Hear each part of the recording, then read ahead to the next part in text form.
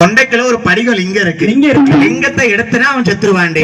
தாத்தா மாறி என்ன பண்ண பாருங்க, அவன் தொண்டைய தங்கேலி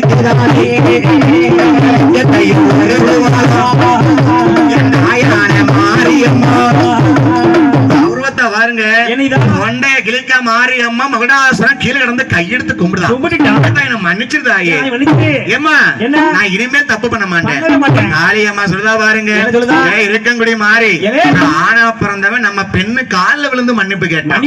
நம்ம உனக்கு மன்னிப்பு கொடுக்கணும்டி. தப்பு செஞ்சதை உணர்ந்துட்டான் பாத்தியா? ஏ மகடாசுரா, செஞ்ச தப்ப உணர்ந்ததுனால இன்னையில இருந்து இந்த பத்ராளி அம்மாளுக்கு சுமக்கக்கூடிய வாகனமா இருக்கணும். என்ன வாகனம் பாருங்க, சிங்க முக வாகனமா வாகனமா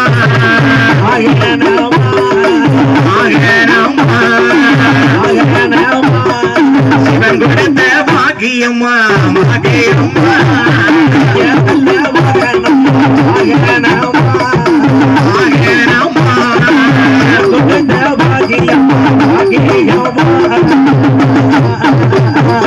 சிங்கத்துல ஏறி அட்டகாலி 8 பேரும் கைலாசம் போறான். வாராங்க வாருங்க, பகவான் பார்த்தாரு. மாரியும் காளியும் மகுடனை கொன்னாத்தன தாலி கட்டுதான் சொன்னோம்.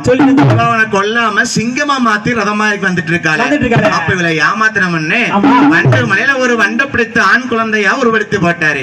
காளியர்கள் வார வழியில கண்ட பிள்ளைக்கு வைரவநாதன் பேர் கொடுத்தார். வைரவனை எடுத்துக்கொண்டு அன்னைக்கு பாருங்க, எந்த அம்மன் கோயிலாலும் ஏத்தாப்புல வைரவசாமி இருப்பாரு. ஏன்னா இவ வார வழியில எதுக்கு கிடந்த பிள்ளை, வழியில கிடந்த பிள்ளை இல்ல. என் மகனே, இந்த அத்துவனை காட்டுக்குள்ள முதல் பிள்ளை மூத்த பிள்ளை எனக்கு காவலாளி நீதான்ப்பா வைரவா என்று மாரியம்மை குழந்தை எடுத்துக்கொண்டு எங்கே வருகிறார்? கையில காசம் வருவார்களா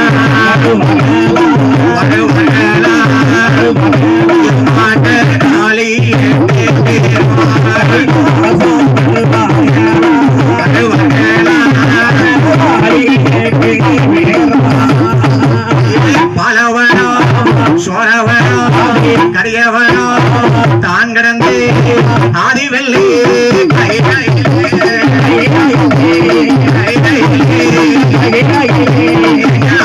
என்னுடைய